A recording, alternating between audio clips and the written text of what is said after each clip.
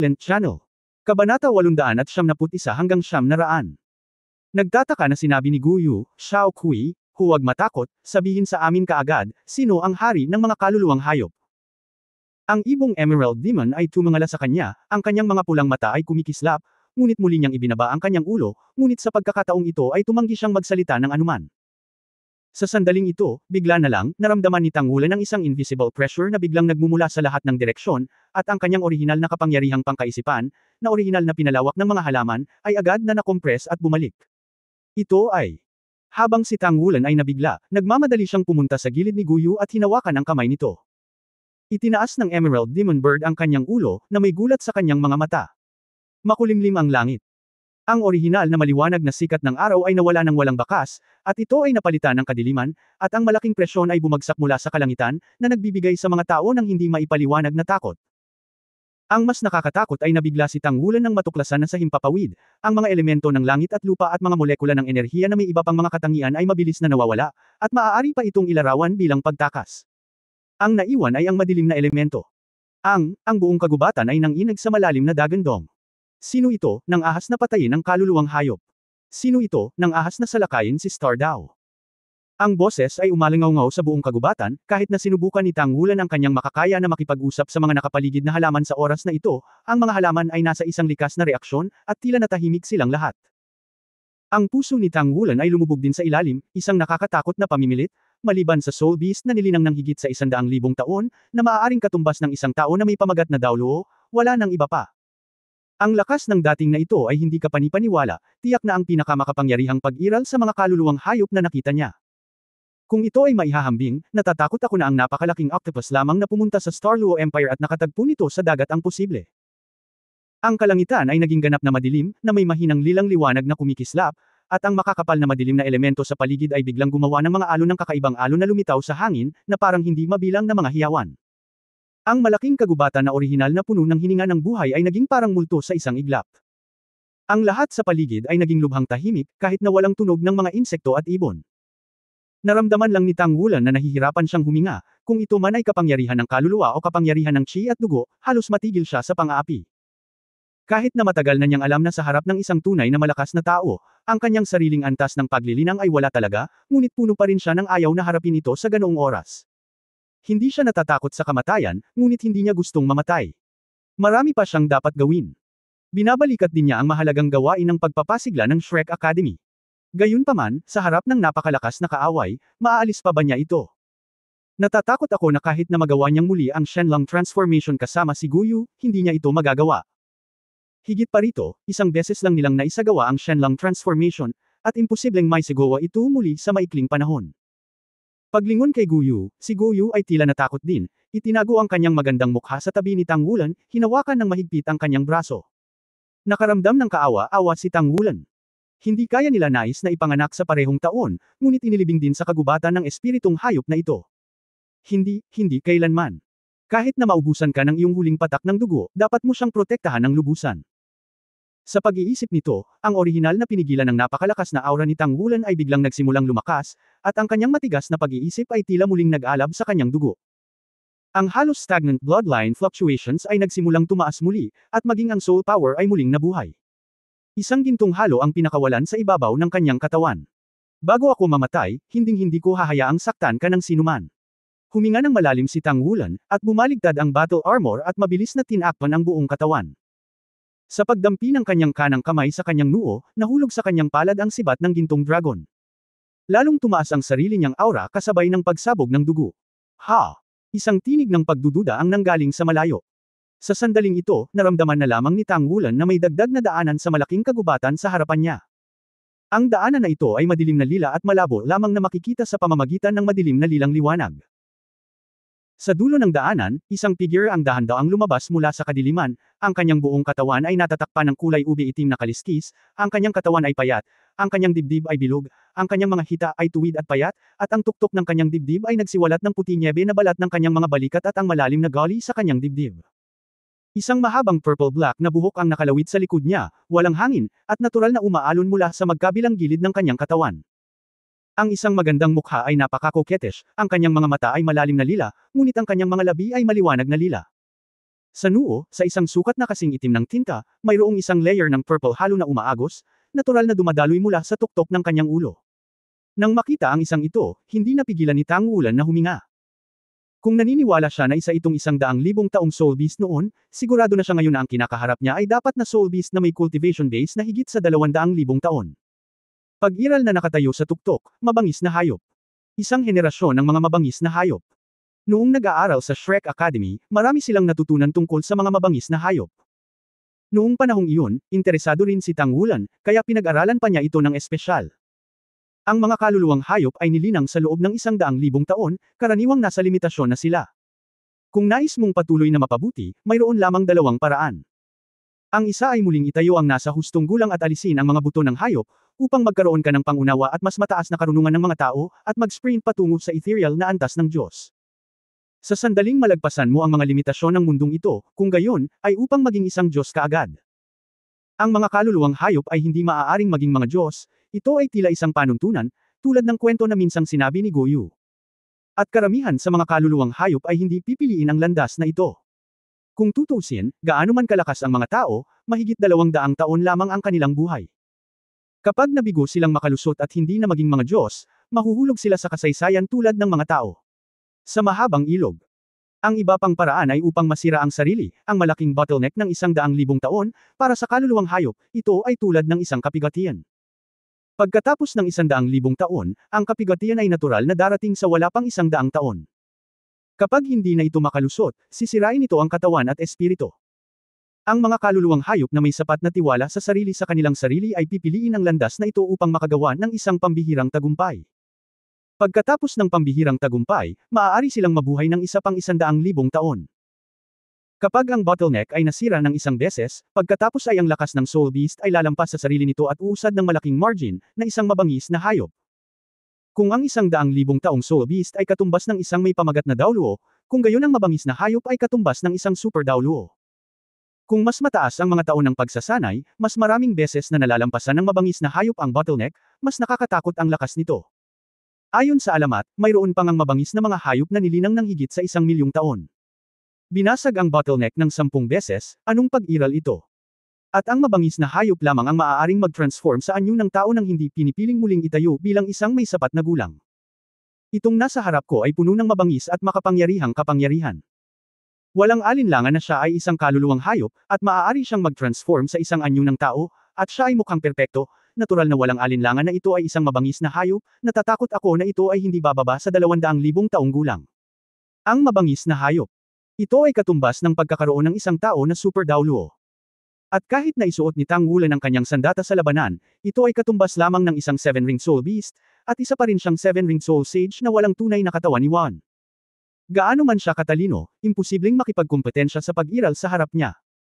Bagamat naramdaman niya na ang nasa harap niya ay dapat na isang Dragon Soul Beast. Papalapit ng papalapit ang babae, at sa kanyang mga mata ay may damaloy na lilang liwanag sa magkabilang gilid na parang isang substance. Habang papalapit siya, mas lalo niyang pinipilit si Tang Wulan. Ang mas maraming gintong manipis na ulap sa katawan ni Tang Wulan ay pinakawalan. Gayunpaman, si Tang Wulan mismo ay alam na ang pressure na kanyang tiniis ay malapit na sa limitasyon.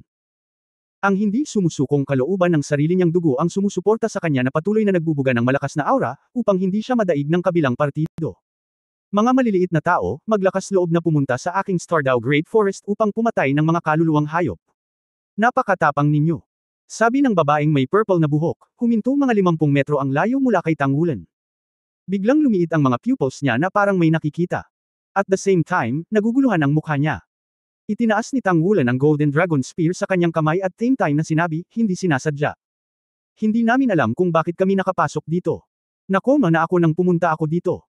Maya-maya pagkagising ko, nagkusa ang Scarlet Fire Monkey King.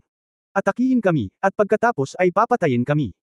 Napakunot ang noo ng babaeng kulay lila at hindi na nagpatuloy sa pagsasalita, ngunit halatang hamina ang mapang-apang aura sa kanyang katawan. Sa sandaling ito, iniangat ni Goyu ang kanyang ulo mula sa likod ni Tang Wulan at tiningnan ang babae na may kaunting curiosity. Nang magkaharap ang mga mata, nanginginig ang katawan ng babae, at mas malakas na pagkabigla ang sumilay sa ilalim ng kanyang mga mata. Halos hindi niya namamalayan na may gustong sabihin, ngunit nang makita niya ng malinaw ang mga mata ni Goyu, nagulat siya. Ano ang iyong mga pangalan? Tanong ng babaeng kulay ube na may malalim na boses. Sinabi ni Tang Wulan, ang pangalan ko ay Tang Wulan. Ito ang aking kasintahang si Guyu. Hindi namin sinasadyang masaktan. Kung ang iyong kamahalan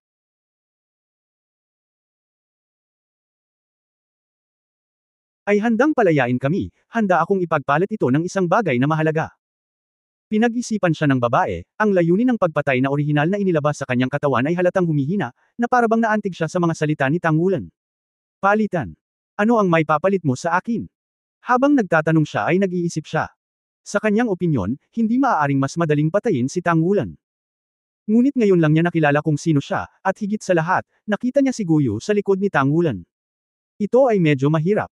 Nanatili si Tang Wulan ng ilang sandali, oo. Ano ang mapapalitan ko? Sa harap ng henerasyong ito ng mga mabangis na hayop, talagang wala siyang gaanong interesante. Ang pinakamahalagang bagay sa kanya ay ang mga bihirang metal. Ang mga uri na nakolekta ni Tian Kai Dibao mag-isa ay may malaking halaga sa kanya, ngunit para sa isang mabangis na hayop na nanirahan sa Stardao Great Forest sa daan-daang libong taon, malamang nawala ito. Biglang gumalaw ang puso ni Tang Wulan, at may naisip siya, dragon ka ba? Bahagyang tumaas ang kilay ng babaeng may purple na buhok, oo, ang upuang ito ay kabilang sa Hell Dragon Clan. Walang dapat itago. Sa katunayan, ang lalaking ito sa harap ni Tang Wulan, kasing aga ng 10,000 taon na ang nakalilipas, ay nagkariranggo na sa ikasyam sa pagitan ng 10 malalaking hayop, at siya ang Demon Dragon King of Hell. Siya at ang una sa nangungunang 10 mabangis na hayop noong panahong iyon, ang Golden-Eyed Black Dragon King na si Detian, ay tinawag ding dalawang Dragon King sa mga mabangis na hayop. Bagamat malayo siya sa Beast God Emperor in terms of cultivation, hindi siya mababa sa mga tuntunin ng purong bloodline at potensyal ng kanyang katawan. Ito ay isa sa mga bihirang pure-blooded true dragons na minana mula sa Dragon Clan. Iyon ang dahilan kung bakit maaari itong makalusot sa kapigatian at maging isang mabangis na hayop. Hell Dragon. Huminga ng malalim si Tang Wulan, at agad niyang naisip ang pagkakakilanlan ng taong ito. Ang 100,000 taon na mga kaluluwang hayop ay napakabihirang, at ang mga maaaring magtanim sa antas ng mabangis na mga hayop ay natural na mas bihira. Ang nasa harap niya ay ang Devil Dragon of Hell, di ba yung nasa legend, she actually exists. Habang nag-iisip, hindi siya naglakas loob na magpabil, baka kumilos ang kabilang partido. Napakahalaga sa kanya na mabuhay, hindi banggitin na may Guyu sa tabi niya. Sa sandaling itinaas niya ang kanyang kamay, tinanggal niya ang pulse eres sa kanyang palso at sinabi sa malalim na boses, swerte akong nakita ko ang sementeryo ng Dragon Clan sa ibang kontinente. Saan mo nakuha ang pulse eres na ito? Baka ito ay kapaki-pakinabang sa iyo. Ayun, ang hinubad niya ay ang bracelet na may makukulay na crystal pendants. Ang kristal sa bracelet ay nagpapalabas ng malambot na makulay na liwanag, nagbabadya. Kung mararamdaman mo ito ng mabuti, madarama mo nga ang hininga ng dragon mula dito. Bahagyang gumalaw ang mga kilay ng Hell Dragon King Shu, itinaas ang kanyang kamay at marahang kumilos patungo kay Tang Wulan. Biglang lumitaw ang isang malambot na pagsipsip, direktang hinayla ang pulse eres at lumipad sa kanyang direksyon. Sa layo na 50 metro, nahulog ang pulse eres sa puting palad ng Hell Dragon King. Ngunit sa sandaling dumampi ang pulse eres sa kanyang palad. Biglang nangyari ang isang sitwasyon na hindi nila inaasahan. Ang makulay na kristal na orihinal na mukhang napaka-ordinaryo ay biglang nagningning, at isang malakas at walang cap-ars na makulay na liwanag ang tumaas sa kalangitan.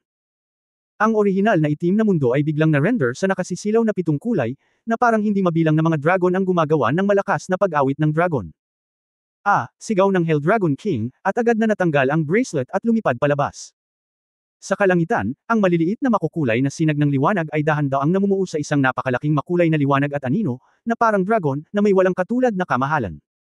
Ang napakalakas na Hell Demon Dragon King ay talagang gumapang sa lupa sa isang iglap, nanginginig ang buong katawan, ngunit hindi makagalaw kahit isang galaw. Mukhang nasa ilalim ng ilang hindi mapaglabanan na presyon. Ngunit si Tang Wulan sa kabilang panig ay natigilan. Dahil, hindi tulad ng Hell Dragon King, wala siyang naramdaman. Lahat ay negosyo gaya ng dati. Kaya lang, tuluyang nawala ang pressure na dala ng Hell Dragon King. Naliligo sa makulay na liwanag na iyon, sobrang komportable na lang niya.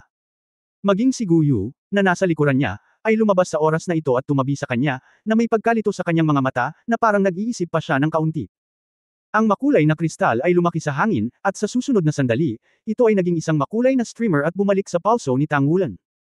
Naramdaman lamang ni Tang Wulan na dumating ang isang kalooban ng pagpipitagan, na parang may espesyal na kaugnayan ito sa kanya. Sa sandaling ito, ang matulis na bahagi ng hugis drop na makukulay na buntot ng kristal ay biglang tumusok pababa, tumusok sa kanyang palso, at isang sinag ng dugo ang damaloy palabas, na natutunaw lamang sa makulay na kristal. Bigla, naramdaman na lang ni Tang Wulan na isang walang kapantay na malaking ideya ang biglang pumasok sa kanyang utak, sumangot siya, at nawalan ng malay nang magdilim ang kanyang mga mata. Dad, narinig ang boses ni Guyu sa huli. Sa di kalayuan, ang katawan ng Hell Demon Dragon King ay nanginginig ng ilang minuto, at nang mawala ang makulay na liwanag, bumalik ito sa normal. Nakaupo sa lupa, humihingal siya ng malalaking bibig, at tumingin kay Tang Wulan, na bumagsak sa lupa, ngunit ang kanyang buong katawan ay natatakpan ng isang layer ng makulay na liwanag. Puno na ng gulat ang mga mata niya. Ano yon, Dragon God bless? Malinaw niyang naramdaman ang hininga ng Dragon God. Hindi ito ang totoong Dragon God, ngunit isang kaisipan. Bilang isang purong dugong dragon, naniwala siya sa Diyos ng dragon, at lahat ng mga purong dugong dragon ay ganito. Ang Dragon God ay masasabing paniniwala nila. Matapos maabot ng cultivation ang isang tiyak na antas, maaari mong gamitin ang kapangyarihan ng Dragon God. Ang kalooban ng Dragon God ngayon ay tila hiniram ng kapangyarihan ng pananampalataya. Pagkatapos ng lahat, alam ng lahat ng lahi ng dragon na wala na ang Dragon God. Ngunit ang pananampalataya ay naruroon pa rin, at tulad ng isang malakas na pananampalataya, ang impyernong dragon ay nagtatanong sa sarili, kahit na ito ay isang daan sa kanyang sarili, hindi ito matatawag. Natatakot ako na kapag ang Dragon Clan ay nasa tuktok nito, maaaring dumating ang tulad ng isang Dragon God's will. Paano ito mangyayari? Paano ito makikita sa isang tao, kahit na ito ay kanilang Panginoon, hindi nila ito magagawa? Habang nabigla sa kanyang puso, ang kanyang tingin ay hindi maiwasang mahulog kay Guyu. Natarante si Guyu sa oras na ito, tinawag si Tang Wulan, na nakahiga na sa lupa. Dad! What the hell? Ang Hell Demon Dragon King ay sabik na tumingin kay Guyu at natigilan. Bumangon siya mula sa lupa at mabilis na naglakad papunta sa gilid ni Guyu at Tang Wulan, ngunit dahil sa makulay na liwanag na inilabas mula sa katawan ni Tang Wulan, hindi siya nang ahas na lumapit ng husto. Panginoon, Panginoon! Bulong niya. Walang kamalay-malay na itinaas ni Guyu ang kanyang ulo, lumuha sa kanyang magagandang mata, masama kang tao, bakit gusto mong saktan ang aking ama? Naiinis ako sa iyo. Ito. Sabay-sabay na tumirik ang mga mata ni Hell Demon Dragon King. Hindi siya makapaniwala sa lahat ng nakikita niya sa kanyang mga mata. Ito pa rin ba ang kanyang amo na nagsasalita ng lahat at makapangyarihan? Hindi, dapat may mali. Sa pag-iisip nito, hindi siya nang ahas na magpabeya, at agad na bumangon sa himpapawid, na wala sa isang lilang liwanag. Ang bagay na ito ay wala na sa kanya ang magpasya. Muling nagliwanag ang langit, ang araw ay sumisikat sa lupa, ang kagubatan ay pinasigla ng araw, ang masaganang hininga ng buhay ay umalangaw sa hangin, at ang lahat ay bumalik sa normal. Ang makukulay na sinag ng liwanag sa paligid ng katawan ni Tang Wulan ay umaalon-alon pa rin. Siya ay ganap na nakoma, ngunit walang pagbabago. Mukhang normal naman ang tulog niya. Hindi nagtagal at tahimik na dumating ang isang grupo ng mga figure. Sunod-sunod ang 4 na tao. Ang isa sa kanila ay ang Demon Dragon King of Hell na umalis noon. Bilang karagdagan sa kanya, ang iba pang 3 ay isang babae at 2 lalaki. Napakaganda din ng babae, isang mahabang berdeng palda ang bumungad sa kanya na punong-puno ng buhay, tila magkakaroon siya ng pakiramdam ng pagiging malapit. Sa 2 lalaki, ang isa ay isang gwapong binata, ngunit ang kanyang buong katawan ay puno ng masamang kahangahangang lasa. Ang ibang tao ay isang nasa katanghaliang gulang na lalaki na may napakalakas na ugali. Sa 4, ang nasa katanghaliang gulang na tao ay malinaw na ang ulo. Sa gitna ng itim na buhok, isang hibla ng mahabang gininto ang buhok ang bumagsak sa harap ng kanyang mga pisngi. Sa sandaling lumitaw siya, natural na tumahimik ang nakapaligid na kagubatan. Walang kapangyarihan, dahil lang sa kanyang pag-iral. Guro. Agad na umiyak nang may paggalang ang nasa katanghaliang gulang na lalaki nang makita si Guyu. Itinaas ni Guyu ang kanyang ulo na may bakas ng takot sa kanyang mga mata, sino ka? Hindi ka pinapayagang sakta ng aking ama. Lahat silang 4 ay natulala, nakatayo doon na tulala. Sinabi ng gwapong binata sa nasa katanghaliang gulang, Boss, ano ang nangyayari? Panginoon, narito. Si Tang Wulan ay nakoma na sa oras na ito, at ang hitsura ni Guyu ay halatang hindi nagpapanggap. Ang nasa katanghaliang gulang na lalaki ay humakbang pasulong at lumapit kay Guyu. Agad na ibinaba ni Guyu ang kanyang ulo sa takot, ngunit bumagsak kay Tang Wulan, gamit ang kanyang katawan upang takpan ang kanyang katawan. Bilang resulta, natural na nahulog si Guyu sa makulay na sinag ng liwanag. Ang mga kamay ng nasa katanghaliang gulang ay nakadampi pa lamang sa makukulay na sinag ng liwanag, at ang kanyang buong katawan ay biglang nanginig, at napaatras siya ng ilang hakbang na may gulat na ekspresyon sa kanyang mukha. Nang makita ng 3 pang tao ang eksenang ito, nagulat silang lahat. Alam na alam nila kung anong uri ng paglilinang ang nasa harapan nila. Laking gulat niya sa harap ng makulay na liwanag na tila napakalambot. Anong uri ng pag-iral ang makulay na liwanag na iyon? Ito talaga ang kalooban ng Dragon God. Kumunot ang noo ng nasa katanghaliang gulang na lalaki, ngunit, paano mapupunta sa kanya ang kalooban ng Dragon God? Kahit na siya ay may dugo ng Golden Dragon King, siya ay isang tao kung tutuusin. Hindi naman talaga Soul Beast ang muling pagtatayo. Ang bloodline ng Golden Dragon King ay kakaiba na, saan nanggagaling ang Dragon God na ito? Ang babaeng may kulay ube na buhok ay nagbigay din ng isang mapait na ngiti, napakalakas ng kalooban ng Diyos ng Dragon na ito na makikita ko lang ito sa buong buhay ko. Ditian, anong gagawin natin? Tama, ang nasa katanghaliang lalaki sa harap niya ay kilala bilang Diyos ng hayop, ang ulo ng 10 mabangis na hayop, ang Golden-Eyed Black Dragon King, at ang Emperador. Pinaikit ni Ditian ang kanyang mga mata at sinabi sa binata, Espiritu ng demonyo, bunutin mo ang Panginoon. Susuriin ko ang katawan. Natigilan ang binata, Boss, hindi mo kaya, pwede ba? Sinabi ni Ditian, ang kalooban ng Dragon God na ito ay mayroon lamang isang malakas na epekto sa pagpigil sa ating mga dragon, at wala kang dragon bloodline, kaya natural lang. Gayunpaman, hanggat naririto tayo, hindi mo siya maaaring saktan, kung hindi, ang kalooban ng Dragon God ay iguguhit. Pinuprotektahan namin siya. Nagtataka ang binata, napakamangha, talagang kawili-wili. Matagal na panahon nang nagkaroon ng ganoong kawili-wiling bagay. Ngunit, boss, hindi mo ba sinasabi na dapat patayin ang batang ito? Sa pagpatay sa kanya, maaaring ibalik ng Panginoon ang Diyos ng Dragon noon. Kapangyarihan. Isang mapait na ngiti ang lumitaw sa mukha ni Ditian, ang ganitong bagay ay nangangailangan ng pagpapasya ng Panginoon. Ngayong nasa kanya na ang kalooban ng Dragon God, mas mahirap pang sabihin. Siguro, ang kanyang kasalukuyang kalagayan ay inayos ng Panginoon. Mabilis na naglakad ang binata sa gilid ni Ditian, sumilip gamit ang dalawang kamay, at hinayla si Guyu pataas, isang malabong asul na liwanag ang dumadaloy sa kanyang katawan, napakalambot, ngunit halatang walang panlaban si Guyu. Nagpumiglas ng gusto si Guyu, ngunit natatakpan ng asul na liwanag, hindi makagalaw. Sinuri ni Ditian ang kanyang kamay at idiniin ito sa noo ni Guyu, at ang malambot na liwanag ay kumikislap sa kanyang mga daliri. Ang mga mata ni Guyu ay biglang lumabo ng kaunti, ngunit sa enerhiyang umaagos sa palad ni Ditian, isang layer ng nagbabadyang pilak na kaliskis ay lumitaw din sa paligid ng kanyang katawan.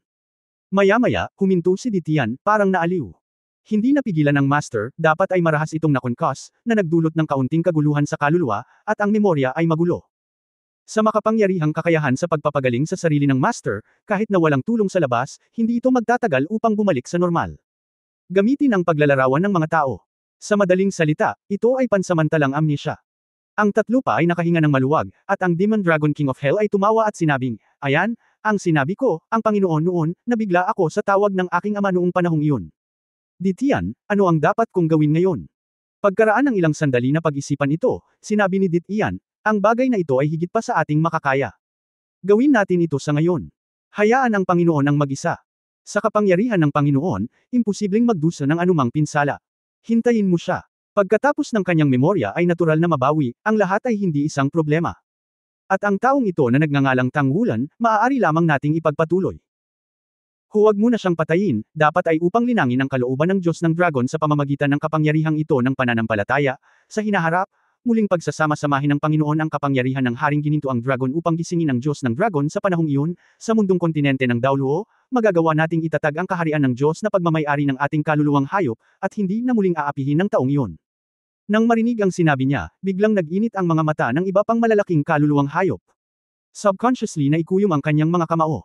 Tahimik na umatras silang apat, at nawala din ang asul na liwanag sa katawan ni Guyu.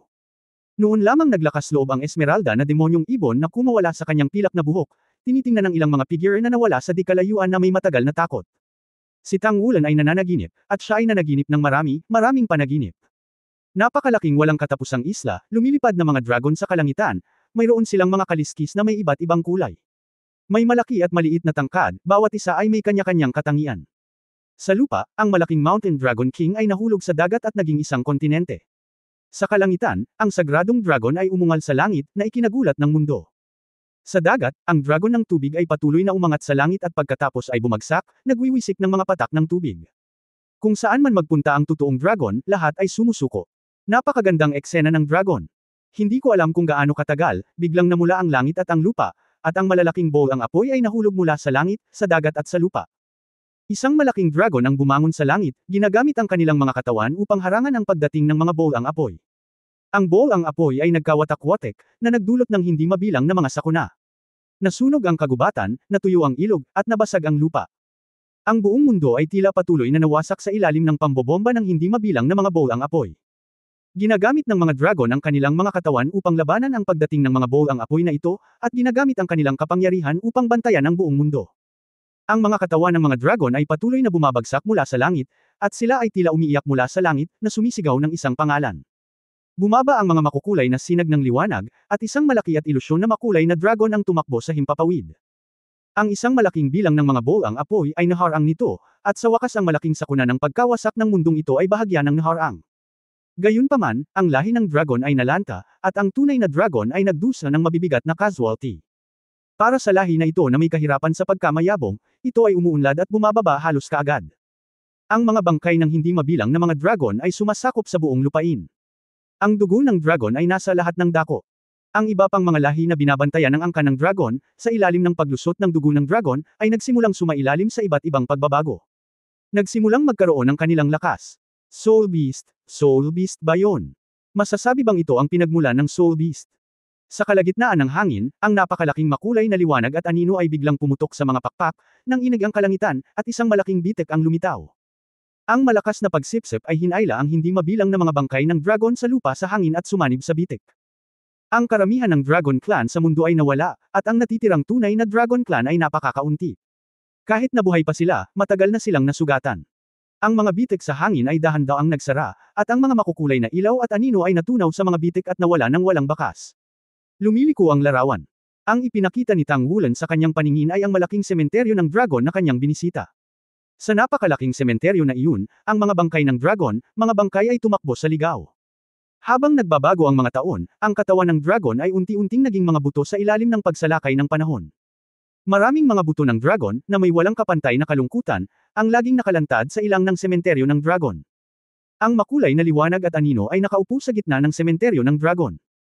Sa gitna ng kislap ng liwanag sa katawan nito, tahimik na lumilipad patungo dito ang liwanag mula sa bangkay ng dragon, dahan-daang naghahalo. Naging ilusyon ang lahat. Gusto itong suluhin ni Tang Wulan, ngunit hindi ito nagtagumpay. Biglang umupo si Tang Wulan sa bulalas, na ikinagulat ni Guyu sa tabi niya. Tatay. Mabilis na hinawakan ni Guyu ang kanyang kamay. Napabuntong hininga si Tang Wulan, at pagkatapos ay mabilis na tumingin sa paligid. Nasa kagubatan pa rin ito, ngunit ang Hell Dragon King ay nawala. Matapos huminga ng ilang malalim at pakalmayan ang kanyang kalooban sa oras na ito, unti-unting kumalma si Tang Wulan. Kung gaano siya katalino, at agad na napagtanto na siya at si Guyu ay buhay pa ngayon, at dapat itong nauugnay sa makulay na liwanag na inilabas mula sa nakaraang Pulse Ares. Dapat ay natakot ang Hell Dragon King sa makulay na liwanag sa kanyang Pulse Ares. Pulse Ares. Si Tang Wulan ay tumingin sa ibaba ng hindi malay, upang makita lamang na sa kanyang pulso, ang Pulse Ares ay tahimik na nakahiga doon, at ang liwanag ng mga makukulay na hiyas dito ay nagbabadya, na parang walang nagbago. Hindi ko alam kung bakit. Sa oras na ito, tila may magandang koneksyon sa pagitan ni Tang Wulan at nito. Siya mismo ay hindi masabi kung ano yun, ngunit iba ito sa orihinal. Salamat sa pagligtas sa akin at kay Guyu. Taos-pusong sabi ni Tang Wulan. Naiintindihan niya na ito ang sementeryo ng dragon, ang feedback mula sa mga buto ng dragon na iyon. Hindi niya kailanman naisip kung ano ang gusto niyang makuha ng ilibing niya ang dragon sa loob ng 1,000 araw, ngunit binigyan siya ng Dragon Clan ng napakamahal na regalo. Bagamat hindi pa rin niya alam kung ano ang kinakatawan ng gem crystal na ito. Kung wala ang pressure na dala ng halimaw, ang daan sa likod ay dapat na mas madali. Sa pagtingin kay Guyu, na mukhang nag-aalala, hindi napigilan ni Tang Wulan na pisilin ang kanyang kamay, okay lang ako, huwag kang mag-alala. Tara na. Tumango si Guyu, natakot ako hanggang sa mamatay. Ilang tao pa ang dumating ngayon lang. Hindi ko naintindihan ang sinabi nila. Pagkatapos ay umalis na sila. Ilang tao. Sa pagkakataong ito ay si Tang Wulan na ang matakot. Ano ang konsepto ng ilang tao na lumalabas dito? Ilang mabangis na hayop. Ang mga mabangis na hayop na ito ay hindi maaaring palaging mga dragon, at bukod sa mga dragon, ang kanilang mga Pulse Ares ay malamang na walang epekto sa pagpigil. Sa huli, nagawa nilang maging ligtas, na isang himala. Dapat tayong pumunta ng mabilis, kailangan nating umalis sa kagubatan na ito sa lalong madaling panahon, ito ay masyadong mapanganib dito. Habang nagsasalita, binuhat lang ni Tang Wulan si Guyu, at pagkatapos ay bumangon sa direksyon na tinukoy niya at sumulong ng buong bilis. Sa kanyang cultivation base, kasama ng patnubay ng Blue Silver Emperor, napakabilis niyang kumilos sa buong bilis. Ang masalimuot na lupain at iba't ibang halaman sa kagubatan ay walang epekto sa kanya. Ang ikinagulat ni Tang Wulan ay wala siyang nakasalubong na Soul Beast sa daan, at sa loob ng 2 magkasunod na araw, walang Soul Beast ang lumitaw na umatake sa kanila. Parang ordinaryong kagubatan lang ito. Kaya't si Tang Wulan mismo ay nasa ulirat, ito ba talaga ang pangunahing bilog ng Stardew Great Forest? Ngunit sa tuwing titingnan niya ang Emerald Demon Bird sa balikat ni Guyu, lubos niyang natitiyak na hindi ito panaginip. Tunay silang nasa Stardew Great Forest na ito.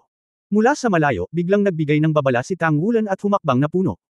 Sapagkat, sa larangan ng pangitain ng kanyang pagtutulungan ng halaman, sa wakas ay natapos ang kagubatan sa kanyang harapan.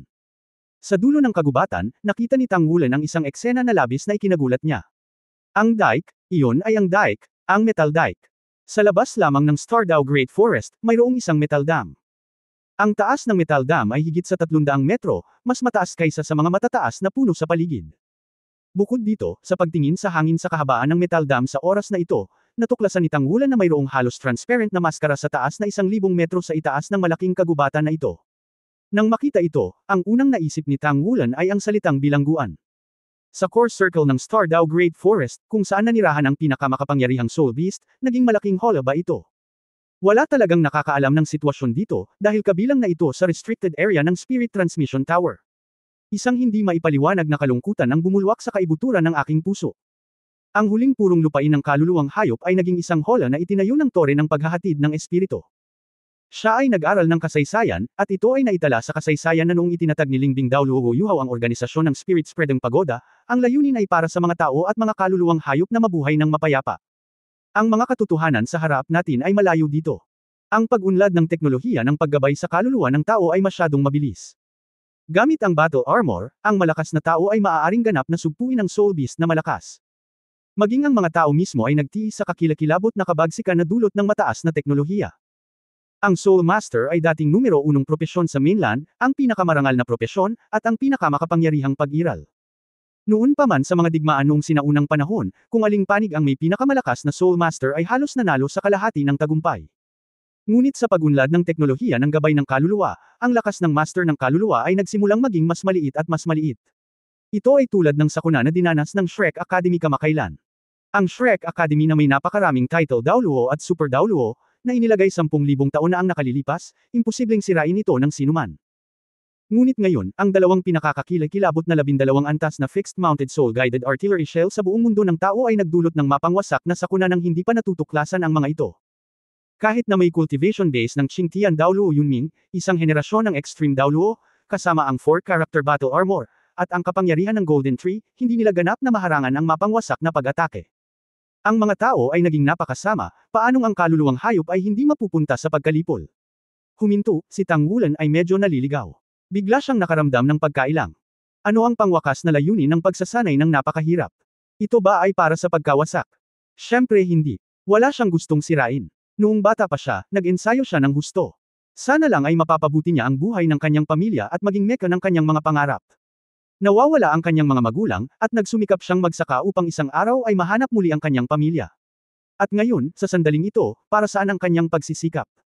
Umaasa sa kanya at sa ilang kaibigan niyang naiwan. Kaya ba nilang buhayin si Shrek? Kahit na kaya nito, kung gayon, sa ganitong teknolohiya ngayon, masisira ba muli si Shrek? Sa ilang sandali, naramdaman lamang ni Tangwulan na may halong damdamin sa kanyang puso at hindi niya mapigilan ang sarili.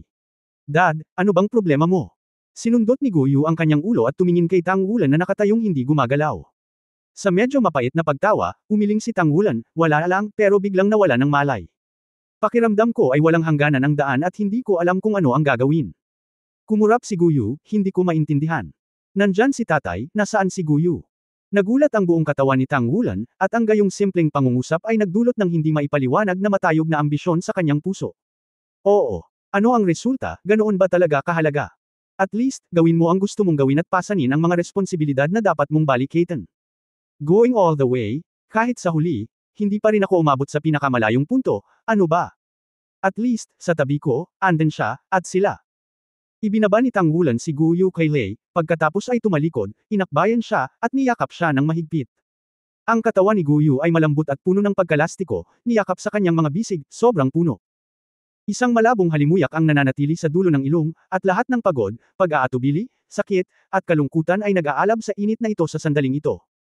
Nag-aapoy sa isang nagngangalit na espiritu ng pakikipaglaban. Si Guyu ay matalinong sumandal sa mga braso ni Tangwulan, at niyakap din ang kanyang baywang. May kung ano sa kanyang magandang mukha, puno ng kasiyahan. Bulong, tatay. Huwag mo akong tawaging dad. Tawagin mo akong Wulan. Wulan. Pagsapit ng gabi, ang mga bituin ay kumikislap sa kalangitan sa gabi. Sa ilang partikular na anggulo lamang natin makikita na mayroong isang mahinang liwanag na hadlang sa pagitan ng kagubatan at ng mga bituin. Nakaupo sa kailaliman ng kagubatan, tumangala sina Tangwulan at Guyu sa kalangitan sa pagitan ng mga anino ng mga puno. Hindi kailanman naisip ni Tang Wulan ang tungkol sa pagmamadali sa hangin. Kahit ang mga mabangis na hayop na iyon ay hindi magawa, kaya bakit niya ito magagawa? So, paano ako makakaalis dito? Kung hindi mo mapipilit, malalampasan mo lang. Walang nagmamadaling kumilos, at walang alinlangan na ang depensibong kapangyarihan ng dam ay dapat na lubhang kakilakilabot. Tiyak na hindi ang kanyang maliit na 5-ring Soul King ang makakalusot.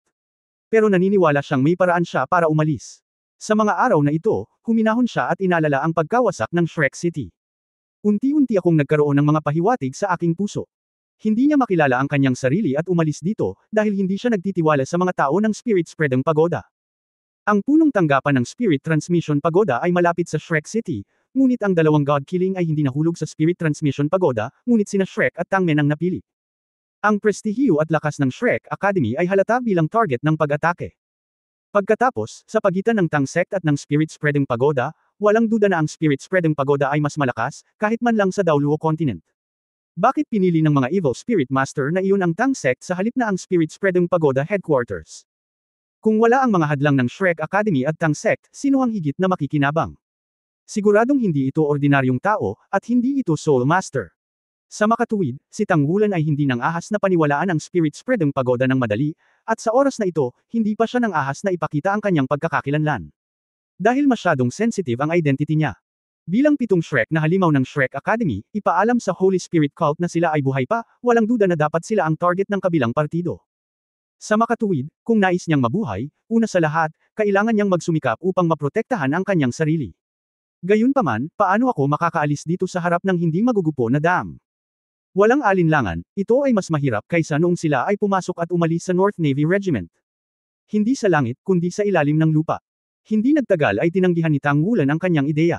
Walang kakulangan ng mga kaluluwang hayop na maaaring tumusok ng mga butas, at imposibleng hindi magbantay laban dito sa 10,000 taon ng karanasan sa Tore ng Espiritu. Ito ay talagang walang daan patungo sa langit, walang daan patungo sa lupa. Hindi talaga madali ang gustong umalis. Samandal si Guyu kay Tang Wulan, mukhang walang pakialam. Pansamantalang nagtanong si Tang Wulan, Guyu, maaari mo bang ipakita sa akin ang iyong storage bracelet? Sa kanang palso ni Guyu, mayroong isang pinong pilak puting pulse eres na may mga transparent na hiyas na nakalagay dito. Naglalarawan ito ng napakataas na antas ng Soul Guidance Array. Oh! Inabot ni Guyu ang kanyang kamay. Sa pagtingin sa kanyang magagandang kamay, biglang umasim si Tang Wulan. Matapos nilang kumpirmahin ang kanilang relasyon sa si God Fate Blind Date, wala silang ibinigay sa kanya. Naglabas siya ng isang piraso ng metal mula sa kanyang storage ring. Ang piraso ng metal na ito ay ipinakita sa kulay pilak puting, ngunit ito ay talagang nasa isang bahagyang ritmo, tulad ng isang buhay na bagay. Pinisil ni Tang Wulan ang metal gamit ang kanyang kanang kamay, at isang kakaibang eksena ang lumitaw, at ang metal ay pinisil niya na parang isang piraso ng putik. Ang Golden Dragon Claw sa kanang kamay ay lumabas, maingat na inilalarawan ito. Pagkaraan ng ilang sandali, lumitaw ang isang pilak na singsing sa mga kamay ni Tang Wulan. Kinuha ito ni Tang Wulan sa kaliwang gitnang daliri ni Guyu at ngumiti at sinabing, ang gitnang daliri ay kumakatawan sa simbuyo ng damdamin. Ito ang unang piraso ng Soul Forged na metal na aking napik, at ito rin ay napakakahulugan. Kahit na walang core magic circle na nakasulat, ngunit ito ay kumakatawan sa aking puso para sa iyo. Guyu, gusto mo ba ito? Walang espesyal na pattern sa pilak puting singsing, ngunit mayroong dalawang hugis puso na pattern na magkasama. Si Tang Wulan ay bihasa sa pagpanday, ngunit sa pag-uukit na ito, wala siyang espesyal na kakayahan. Maaari lamang itong ituring na medyo kasiya siya. Ang tanging mahalagang bagay ay ito ay isang piraso ng Soul Forging Metal, ngunit ang Soul Forging Metal ay walang core magic circle, na mas mahirap at mas nababanat kaysa sa ordinaryong metal. Ngunit nang tingnan ni Tang Wulan ang singsing na ito, ang ekspresyon sa kanyang mga mata ay puno ng lambot. Ibinigay sa kanya ni Guyu ang piraso ng pilak na timangan bilang tanda ng pagmamahal, at ibinalik niya ngayon kay Guyu ang singsing na ito. Salamat tatay, naku, Wulan. Ngumiti si Guyu at tumingin sa singsing sa kanyang kamay, ang kanyang magandang mukha ay nagpapakita ng ngiti mula sa puso. Hinawakan ni Tang Wulan ang kanyang kamay, isang singsing lang ang ibibigay ko sa iyo sa buhay ko. Magiging isang puso ako sa natitirang bahagi ng aking buhay. Okay. Pumalakpak si Guyu at nagsaya. Hindi napigilan ni Tang Wulan na matawa, mukha pa rin siyang bata. Sa oras na ito, hinubad niya ang kanyang storage bracelet mula sa palso ni Guyu. Mayroong ilang bagay sa storage bracelet ni Guyu. Mayroong ilang mga bote at lata, hindi ko alam kung ano ang mga ito. Mayroong ilang mga metal na nakaukit sa core magic circle, at kahit ilang instrumento at iba pa. Hindi man lang kilala ni Tang Wulan ang marami sa kanila. Matapos maghanap ng ilang sandali, sa wakas ay nakakita siya ng ilang bagay tulad ng mga identity card at token. Hindi masyadong malinaw si Tang Wulan tungkol sa panloob na istruktura ng organisasyon ng Spirit Transferring Pagoda, ngunit bilang guyu, hindi dapat maging problema ang pagpasok at paglabas dito. Kung hindi, paano sila nakapasok sa unang lugar? Ibinalik ni Tang Wulan ang Pulse Heiress kay Guyu, at pagkatapos ay nagsimulang magayos ng sarili. Hindi na makapag-antala pa, nawalan ng alaala si Guyu, dapat silang umalis dito sa lalong madaling panahon. Pagkatapos ay makakahanap tayo ng isang lugar upang matulungan siyang gamutin. Gayunpaman, ngayong walang malay si Guyu, kailangan din niya itong sanayin bago siya kumilos. Makalipas ang 2 araw. Chuanling Tower Star Fortress. Ang Stardow Fortress ay may kasaysayan ng higit sa 3,000 taon mula nang itatag ito. Mula noong 3,000 taon na ang nakalilipas, ang mga hayop sa core circle ng Stardow Great Forest ay natalo sa isang malaking labanan, sinamantala ng Spirit Pagoda ang sitwasyon upang itayo ang kuta na ito, at nakipagkasundo sa maraming mga hayop, ang mga tao ay hindi magpapatuloy sa pagputol. Kagubatan. Dito rin nakatira ang mga mabangis na hayop. Kung ang mga mabangis na hayop ay padalos-dalos na umatake sa linya ng depensa ng tao, kung gayon ang mga tao ay may karapatang pumatay, at kung ang mga tao ay pumasok sa kagubatan, ang mga mabangis na hayop ay maaari ding patayin ng hindi apektado ng kontrata.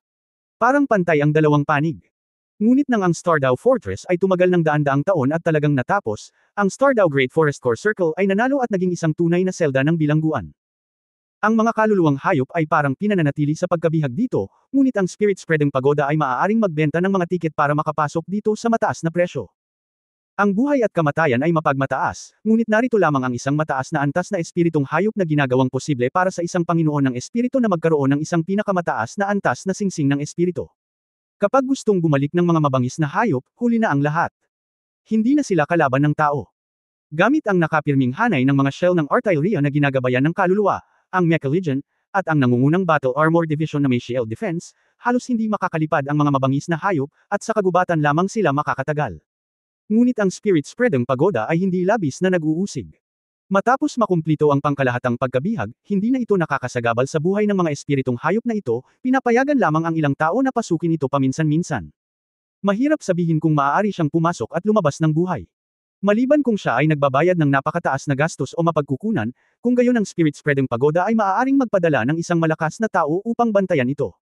Ang pagsasanay ng Spirit Transmission Tower ay inaprubahan ng Federation, at ang dahilan ay napakasimple.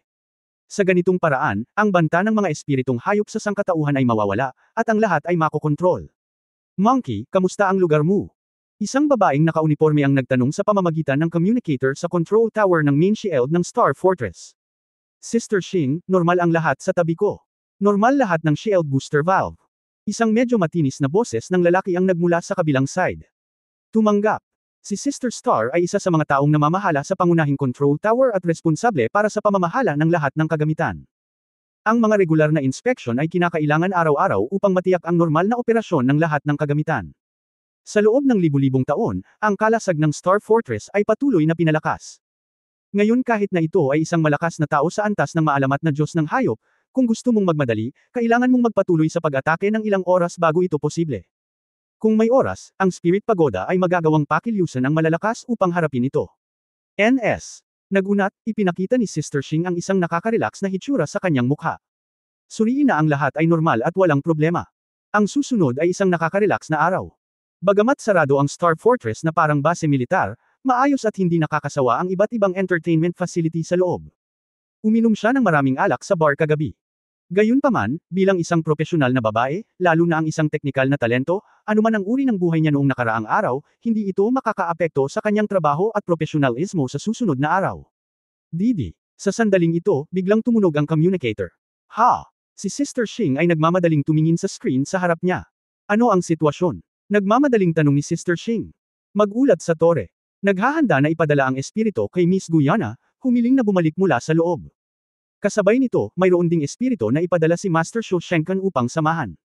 Sabi ni Sister Star, pagkatapos suriin ang sertipiko ng pagkakakilanlan, maaari mo itong iwan. Oo. Pinutol ni Sister Star ang komunikasyon at bamulong sa sarili. Ang mga ibanggelistang ito ay palaging ginagamit ang kanilang mga pribilehyo para magpadala, at hindi sila kumumasta ng maaga. Totoo iyon. Didi. Ano na naman ang problema? Galit na pinindot ni Sister Xing ang komunikasyon, gusto lang niyang bumalik sa pagtulog sa lalong madaling panahon. Hindi dala ni Master Shu Shenkan ang kanyang identity certificate. Normal ang identity certificate ni Master Guyana. Paano ito haharapin? Saglit na nagulat si Sister Xing, walang pagkakakilanlan. Ano ang sitwasyon? Sinabi ni Master Shu Shenkan na nakalimutan niyang dalhin. Nang inag si Sister Xing sa kanyang puso, at sinabi sa malalim na boses, nakalimutang dalhin ito. Paano ito magiging posible? Dalhin muna sila sa observation room, at pagkatapos ay hilingin sa monitoring team na pumunta at i-verify ang kanilang pagkakakilanlan. Oo. Ang malaking metal na gate sa kanyang harapan ay dahan-daang bumukas, at si Tangulan at Guyu ay naglakad na magkatabi. Sa oras na ito, siya ay solemn na, at ang kanyang hitsura ay eksaktong katulad ng kay Shu Shenkan. Maging ang figure ay nagbago sa anyo ni Shu Shenkan sa pamamagitan ng kontrol ng kanyang soul power at bloodline power. Nagpalit siya ng ordinaryong damit. Si Guyu ay napakagalang na sinusundan siya. Master Shu Shenkan, dahil hindi mo dinala ang iyong identity certificate, kailangan naming subaybayan ang iyong pagkakakilanlan kapag ikaw ay mula sa monitoring team. Mangyaring sundin ang gabay sa observation room. Master Gu Yana, ang iyong pagkakakilanlan ay na-verify at pinapayagan kang pumasok. Gu Yana. Nang marinig ang idioma laban kay Guyu, nabigla ang puso ni Tangulan.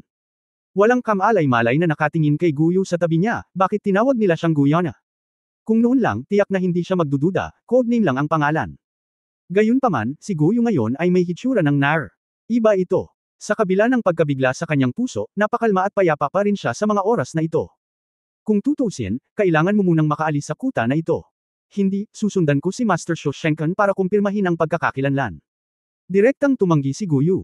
Sa oras na ito, isang metal na katulad ng isang parisukat na kahon ang pumasok mula sa harapan at nabasag ang dingding. Ilang indicator lights ang kumikislap, pakisama, dalawang matanda. Pagkatapos magsalita, ang parisukat na kahon ay nagmarcha sa harap, at isang metal na pinto ang bumukas, na dinala sila sa isang metal na koridor. Pagpasok dito, nang walang tulong ng mga halaman, nakikita lamang ni Tangulan ang paligid gamit ang kanyang mental na kapangyarihan. Ngunit sa lalong madaling panahon natuklasan niya na ito ay walang saysay. Mahigit 2 talampakan ang kapal ng nakapalibot na metal na pader, at dapat mayroong soul guiding energy na itinurok dito, na masasabing solid. Kahit na ang isang titled Daoluo level powerhouse na gustong magmadaling lumabas dito ay hindi magagawa. Pabayaan ang ibang mga bagay. Napakalakas ng depensa nitong kuta, ang hirap talagang umalis dito nang hindi nalantad. Sundin ang robot sa pamamagitan ng tunnel, pumasok sa isang heavy metal na pinto, at pagkatapos ay pumunta sa isang nakapaloob ding espasyong metal. Makikita na sa bawat sulok ng silid na ito, may iba't ibang makapangyarihang soul guidance device na nakaturo sa loob ng silid. Ito dapat ang tinatawag na observation room. Diretso na umupo si Tangulan sa upuan, mukhang isang matandang Diyos ang naroon, at tumabi sa kanya si Guyu na may malamig at mahinahong ekspresyon. Katulad ng dati. Upang mapanatili siya sa ganitong estado, talagang hindi nagtagal si Tangulan kahapon. Pagkaraan ng ilang sandali, nabasag ang isang pader sa harapan, at maraming tao ang pumasok mula sa labas, lahat sila ay ganap na armado at may hawak na mga soul guide. Lahat ng mga spirit guide sa paligid ay biglang lumiwanag, lahat ay nakaturo kay Tangulan at Guyu. Walang alinlangan na hanggat may binago sila, agad silang aatake sa lahat ng direksyon. Ang taong may ulo ay mukhang higit sa 40 taong gulang, lumakad ng ilang hakbang pasulong, at sinabi ng walang pakialam, Shu Shenkan ang espiritual na sugo, bakit hindi niya dinala ang kanyang sertipiko ng pagkakakilanlan? Nakalimutan. Mahinang sabi ni Tangulan. Sinabi ng inspector na may seryosong mukha, bilang isang mataas na antas na tao sa Spirit Transmission Pagoda, kung lalabag ka sa mga patakaran, mapaparusahan ka. Mangyaring magkaroon ng kamalayan. Alam ko. Ang boses ni Tangulan ay ganap ding ginaya ni Shu Shenkan, na masasabing matingkad. Sinabi ng inspector, simulan nating i-verify ang iyong pagkakakilanlan. Mangyaring magsagawa ng fingerprint at iris verification. Habang nag-uusap, lumapit ang isa pang supervisor na may dalang instrumento. Nang si Tangulan ay natututong makalusot kasama ang mga lumang demonyo, nalaman niya na ang unang bagay na dapat gawin upang maisegoa ang isang perpektong paglusot ay ang pagkakaroon ng tagumpay na rate ng hindi bababa sa higit sa 60%. Pagkatapos sa proseso ng paglusot, sa pamamagitan ng pagmamasid at pagsasaayos, ang rate ng tagumpay ay unti-unting tumaas. Walang alinlangan na kahit paano niya pagmasdan ang sitwasyon sa kanyang harapan ay walang saysay. Hindi na posible na taasan ang rate ng tagumpay. Tumayo si Tangulan, mukhang magsasagawa siya ng fingerprint at iris test. Ngunit sa sumunod na sandali, bigla niyang niyakap si Guyu sa tabi niya na parang kidlat, at kasabay ng pagsabog ng kanyang figure, ang isang kamay ay nakaipit na sa lalamunan ni Guyu. Ang mga soul guide ng mga defense system na iyon ay agad na nag-react, naglabas ng hindi mabilang na mga sinag na tumakip sa katawan ni Tangulan. Sa sandaling ito, gumawa si Tangulan ng kakaibang reaksyon. Hinayla niya si Guyu at napaatras.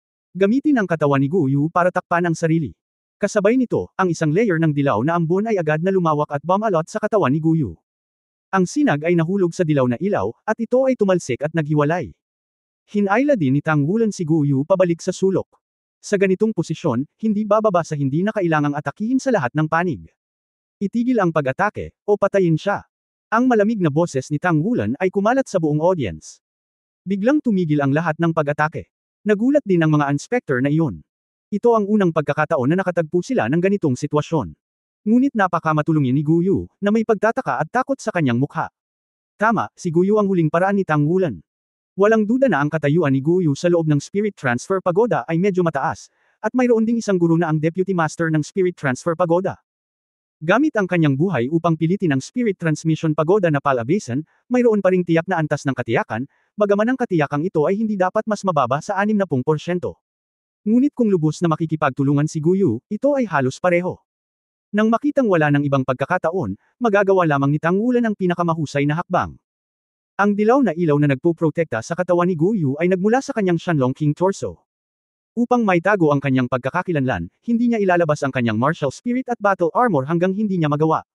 Sino ka? Hindi ka ambassador. Galit na sigaw ng inspector. Malamig na ngumuso si Tang Wulan, syempre hindi, ngunit dapat mong kumpirmahin na ang babae na nasa aking mga kamay, ngunit ang tunay na mataas na antas ng iyong espiritual na tore. Hayaan mo akong umalis dito, kung hindi, papatayin ko siya. Mamamatay ang malaking bagay.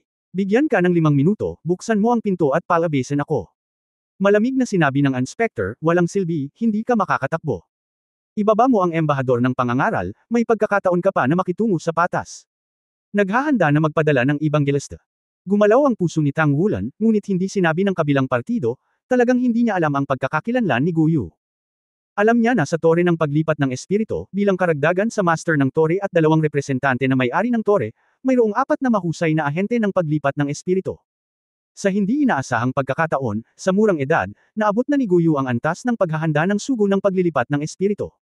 Kahit na ang oras ng paghahanda ay maaaring medyo mas mahaba, ito ay sapat na upang patunayan na ang Spirit Transfer Pagoda ay nagbibigay ng malaking kahalagahan sa kanya. Para kay Tang Wulan, ito ay mas kapaki-pakinabang. Inilabas ang katawan ng Mountain Dragon King kasama ang Soul Skill Mountain Dragon Yu. Tinakot ni Tang Wulan si Guyu habang naglalakad patungo sa mga inspector. Tumigil ka sa pagsasalita ng walang kaparirikan, buksan mo ang pinto. O patayin mo siya. Ang tumutunog na sirena sa buong Star Fortress sa oras na ito. Si Sister Star, na pabalik na sa pagpapahinga, ay nakarinig ng alarma at kailangang bigyang pansin ang sitwasyon dito. Habang ang iba't ibang mga pasilidad sa panloob na pagtatanggol ay agarang isinaaktibo, ang iba't ibang mga instrumento ay nagsasagawa rin ng pagsusuri. Ayon sa data, ang lakas ng proteksyon ng sumasalakay na kalasag ng kalaban ay 1065, at ang mga ordinaryong Ray-type na Soul Guidance device ay hindi mapasok. Kailangang bombarduhan ito ng malalakas na Soul Guidance cannon para matalo sila. Ngunit tiyak na masasaktan sila. Sa mga hostage, mabilis na lumabas ang data ng pagsusuri. Napakalakas ng depensa ng Shanlong Yu ni Tang Wulan, na may hahambing sa kapangyarihan ng depensa ng 7-ring Defense Spirit Master. Sa kasong ito, ganap na imposibleng patayin si Guyu nang biglaan nang hindi siya sinasaktan. Kahit sniper rays ay hindi magawa. Ang inspector at si Tang Wulan ay nagharap sa isa't isa, at ang sitwasyon dito ay walang alinlangan na mabilis na naihatid sa tuktok ng Star Fortress. Gaya ng inaasahan ni Tang Wulan, makalipas ang ilang minuto, nang magpakita ng sakit ang mukha ni Guyu, ang buong katawan ni Tang Wulan ay namumulaklak na may matinding hangarin na pumatay. Sa wakas ay nakompromiso ang kabilang partido. Bumukas ang metal na gate. Gayunpaman, pagkaraang lumabas sa metal na tarangkahan, hinarap ni Tang Wulan ang 12-12 ng mga mecha na siksikan na rito, pati na rin ang ilang mga battle armor masters. Umalis ka, o patayin mo siya. Biglang umungal si Tang Wulan ng naghisteryoso, ang kanyang buong katawan ay sumambulat ng hindi pa nagagawang nakakabaliw na amoy, at maging ang kanyang mga mata ay naging pula ng dugo. Kung gusto mong maniwala ang iyong kalaban na mapupunit mo ang tiket, kailangan mo munang mabaliw. Ito ang orihinal na mga salita na itinuro kay Tang Wulan ng mga matandang demonyo. Kung naramdaman ng kalaban na hindi ka masyadong determinado, malamang na patuloy silang mag-antala ng oras upang makahanap ng mga pagkakataon upang patayin siya. Walang alinlangan, kapag mas matagal ang pagkaantala, mas disadvantaged ito kay Tang Wulan. Habang nagsasalita, tumalon na siya habang nakaakbay kay Guyu, at sumugod sa harapan ng isang purple mecha. Nang makita sa harap ng purple mecha, lumingon si Tang Wulan sa kalahati at sinipa ang mecha sa balikat. Sa isang malakas na putok, ang mecha ay pinalayas ng kanyang nakakatakot na puwersa, na tumama sa ilang mga mecha sa likod. Kung tutuusin sa lakas, ito ay lumampas sa 150,000 kilo. Ang mecha ay 21% na nasira. Tao pa ba ito? Ang isang malaking bilang ng mga mataas na antas ng Stardew Fortresses ay nakatutok sa tore. Nang makita nila ang nakakatakot na kapangyarihan na inilabas ni Tang Wulan, agad nilang hinusgahan na ang taong ito na kamukha ni Shu Shenken ngunit may nakakabaliw na amoy sa buong katawan ay nararapat. Tama ang isang Soul Beast. Tanging ang Soul Beast ang maaaring magkaroon ng ganoon kalakas na puwersa. Ang pagtakas ng mabangis na hayop ay tiyak na mahalaga, ngunit sa medyo pagsasalita, si Guyana, na naghahanda para sa Evangelista, ay walang alinlangan na mas mahalaga. Sa ilalim ng malakas na presyon ni Tang Wulan, ang mecha ay unti-unting umatras. Kung ang kahilingan ni Tang Wulan ay buksan ang buong Stardew Fortress Shield, halatang imposibleng sumang-ayon, ngunit kung gusto lang nitong tumakbo, magiging mas madali ito. Kailangan lang i-follow up para mahuli ito. Nang mabilis siyang lumabas sa corridor na natatakpan ng mecha, hindi matukoy ni Tang Wulan ang direksyon, ngunit halos alam niya kung aling bahagi ang direksyon ng Stardew Great Forest at kung aling bahagi ang periphery. Sa makatuwid, walang mga problema sa pangkalahatang direksyon. Sa pagdaan sa ilang tunnels, bagamat may malaking bilang ng mga Spirit Tower powerhouses bago at pagkatapos, hindi sinadya ni Tang Wulan na huminto. Gayunpaman, ang mga tunnel na ito ay kakaiba at paikot-ikot, at kung magpapatuloy ito, ang kanyang pakiramdam ng direksyon ay magiging mali. Walang alinlangan na ang mga Spirit Transfer Tower powerhouse na ito ay naghihintay ng pagkakataon. Kapag siya ay nagpahayag ng isang kapintasan o nakakonsumo ng labis na pisikal na lakas, malaki ang posibilidad na ang kalaban ay bibigyan siya ng isang nakamamatay na suntok, kaya nailigtas si Guyu. Hindi maaaring magpatuloy ng regular. Huminto si Tang Wulan, tinatakot pa rin si Guyu gamit ang isang kamay, habang nakatalikod sa kabilang kamay, bigla niyang pinasabog ang pader sa likod niya. Ang malalim na dagandong ng dragon ay tumunog, ang kapangyarihan ng bloodline ay pinakilos, ngunit ang mga kaliskis ay hindi lumitaw. Isang nakakatakot na puwersa ng higit sa 200,000 cut-ties ang tumama sa metal na pader. Sa gitna ng marahas na dagandong, ang metal na pader na may kapal na higit sa isang talampakan, at ang protektadong enerhiya na metal na pader sa loob, ay biglang na-recess. Tumama si Tang Wulan gamit ang kanyang siko, isa pa. Ang tunog lamang ng banggaan ay bumulaga sa maraming mga powerhouse ng tore na nagpapadala ng espiritu na naruroon. 3 beses na tulad nito, isang malaking butas ang lumitaw sa likod ni Tang Wulan, na nagpapakita ng medyo bukas na espasyo. Kinuha niya si Guyu at sumugod ng walang pag-aalinlangan.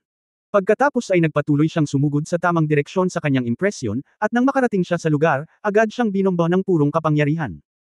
Kung may energy shield sa Spirit Transmission Tower, agad nabanta ni Tang Wulan ang buhay ni Guyu, at kung walang proteksyon sa enerhiya, ang kanyang sobrang kakaibang kapangyarihan ay sapilitan at patuloy na sasabog sa dingding. Kahit na sabihin ng Spirit Pagoda na dadalhin niya siya sa exit, hindi ito pinansin ni Tang Wulan, at ginamit ang napakapang upang paraan na ito upang mahanap ang daan palabas na gusto niya mismo. Boom, nang bambahin niya ang pader sa ikapitong pagkakataon, maliit lang ang bukol sa dingding. Kung ang dating pader ay isang talampakan ng kapal, kung gayon, sa pagkakataong ito, nalaman ni Tang Wulan na ang metal na pader sa harap niya ay hindi bababa sa 5 metro ang kapal, at kahit na sa kanyang lakas, imposibleng magmadaling lumabas. Ngunit sa oras na ito ay hindi siya nagulat at natuwa. Bilang isang armadong kuta, ang pinaka-nagtatanggol na puwersa ay walang alinlangan ang paligid. Posible na naabot na nila ang panlabas na pader. Paano gawin? Ang dating daan. Hindi na maganda ang purong kapangyarihan, may iba na siyang paraan. Hinaharang ang sarili sa katawan ni Guyu, tahimik na binitawan ng kanyang kaliwang kamay ang mga kuko ng gintong dragon, nakaharap sa dingding gamit ang kanyang likod, at dumidiin sa dingding. Ang kanang kamay na Golden Dragon Claw ay may katangian ng pagdurog, habang ang kaliwang kamay na Golden Dragon Claw ay may katangian ng pagpunit. Sa ilalim ng atensyon ng malupit na kapangyarihan ng dugo, ang mga kuko ng gintong dragon ay patuloy na pumupunit ng mga piraso ng mabibigat na metal, at pagkatapos ay inilipad ang mga ito sa harap ng mga powerhouse ng tore ng paghahatid ng espiritu na nakapalibot sa kanila. Pagkaraan ng ilang sandali, nagbukas si Tang Wulan ng isang butas, at pareho silang nakatago sa loob ng katawan ni Guyu. Sa oras na ito, walang monitoring device ang makakakita kung ano ang nangyayari sa loob. Iniunat ni Tang Wulan ang kanyang mga kamay, si Guyu ay nasa harapan niya, at ang mga kuko ng gintong dragon at ang madilim na gininto ang nakakatakot na mga kuko ay ganap na ginamit, at isang daanan na sapat para sa isang tao na madaanan ay pinatigas niya. Patuloy na naghuhukay ng masigla. Ang halwang metal na maaaring gamitin bilang panlabas na dingding ng kuta ay kasing tigas ng iyong maiisip, ngunit huwag kalimutan na si Tang Wulan ay isang palsipikado rin. Sapat na ang alam niya tungkol sa metal, kaya palagi niyang nakikita ang mga fragment ng metal na lumalabas sa harap nila, Tangwu palalim ng palalim ang katawan ni Lin at Guyu. Ang mga eksperto sa Spirit Spreading Pagoda ay medyo nagulat din, at kasabay nito ay lalo silang naging sigurado na si Tang Wulan ay isang mabangis na hayop. Kung ang isang tao mula sa labas ay pumasok, imposibleng walang alam tungkol sa lugar na ito, at hindi gagawa ng ganoong brutal na paraan upang makagawa ng isang pambihirang tagumpay. Ngunit kung ano ang nakakapagpatawa sa kanila ay ang napakadaling paraan na ito ay napakadaling gamitin. Sa likod ay walang laman, sariwang hangin ang umiihip mula sa likuran. Biglang napagtanto ni Tang Wulan na sa wakas ay nakalabas na sila. Bigla siyang naghukay ng butas sa panlabas na dingding ng kuta. Kung titingnan, halos 100 metro ang hitsura nito mula sa lupa. Isang malabong ngiti ang lumitaw sa mukha ni Tang Wulan. Out! Nilingaw ni Guyu ang kanyang ulo at kinausap si Tang Wulan, ngunit tinakpan ni Tang Wulan ang kanyang bibig. Sa oras na ito, sa sandaling gumawa si Guyu ng boses upang hayaan ang kabilang partido na matuklasan na ang Guyu na ito ay hindi si Pei Guyu, ito ay magiging isang malaking problema. Sa napakaraming mga powerhouse ng Tore ng Espiritu, maaari nilang punitin ang mga ito kung gusto nila. Gamit ang isang kamay sa baywang ni Guyu, si Tang Wulan ay pumailan lang na sa hangin sa kanyang pagbubulalas, at dumiretso sa lupa. Ang taas ng 100 metro ay wala sa kanya. Nang mahulog siya ng mga 60 hanggang 70 metro, tinapakan niya ang kuta gamit ang kanyang kanang paa, at ang tao ay tumalon na tulad ng isang palaso, gumagalaw ng paalang na parang kidlat, dala si Guyu. Lumipad patungo sa malayo. Paglabas nila ay biglang dumagsa ang mahigit 60 meka. Ang pinuno sa kanila ay isang pulang meka. Iniwan mo ang kuta, ibagsak ang iyong mga bihag at palayain ka. Ang tunog ng electronic synthesis ay umalangaw sa hangin. Sumigaw si Tang Wulan, huwag mo akong sundan. Bitawan ko ang mga bihag sa loob ng 1 oras. Tanga ka ba? Ngayong pinaalis mo na ang mga bihag, tutuperin mo ba ang iyong pangako? Sumunod ka sa akin, at pagkatapos ay sumunod ka sa akin, sisimulan kong punatin ang ilang bahagi ng katawan ng hostage at ihagis ito sa iyo. Habang umuungal, pinitik ni Tang Wulan ang kanyang kanang kamay at lumipad palabas ang Amerikana ni Guyu. Itinikom ni Guyu ang kanyang mapupulang labi sa kawalan ng kasiyahan, ngunit hindi siya nagsalita ng masunurin. Oo naman, sa sandaling lumipad ang mga damit ni Guyu, ang pagtugis sa mga sundalo ay agad na bumagal. Pinangunahan siya ni Tang Wulan, buong lakas na nagmamadali, nagpanik na naghahanap ng isang direksyon at tumakas. Hindi ganoon kadali ang mawalan ng kontrol. Ang Spirit Transmission Tower ay tiyak na may pinakamataas na antas ng teknolohiya sa Federation. Ang radar ay maaaring masakop ang isang malaking saklaw, hindi banggitin na maaari rin nilang hilingin sa militar ng Federation na makipag-ugnayan. Sa makatuwid, nang dalhin ni Tang Wulan si Guyu sa isang kagubatan, agad niyang pinakawalan ang kanyang Blue-Silver Emperor. Sinamahan ng komunikasyon sa pagitan ng Blue-Silver Emperor at ng mga nakapaligid na halaman, natakpan ang lahat ng kanilang mga aura. Kasabay nito, mabilis na naghukay si Tang Wulan ng crypt sa isang bush at dinala si Guyu dito. Bumukas si Shanlungyo, nakaharang sa lupa sa panlabas na layer ng kanyang katawan, at hinukay pababa gamit ang isang pares ng Golden Dragon Claws. Sa oras na ito, ginamit na ni Tang Wulan ang kanyang buong lakas, at sa loob lamang ng ilang minuto, nakahukay na siya ng malalim sa ibaba ng 100 metro. Gaano man kalakas ang radar, hanggat hindi ito partikular na nakatutok sa ilalim ng lupa, imposibleng matukoy kung ano ang 100 metro sa ilalim ng lupa. Si Guyu ay nakahiga sa likuran ni Tang Wulan, hawak ang kanyang leeg gamit ang dalawang kamay, binuksan ni Tang Wulan ang daan gamit ang isang pares ng mga kuko ng dragon, at dumiretso sa unahan upang maghukay. Hindi naman ito panic action, pero dahil noong tumalon siya noon mula sa fortress, may nakita siyang malaking ilog sa hindi kalayuan. Dapat itong orihinal na ilog na dumaan sa Stardew Great Forest. Nang maglaon, tumambad ang ilog dahil pinutol ang kagubatan.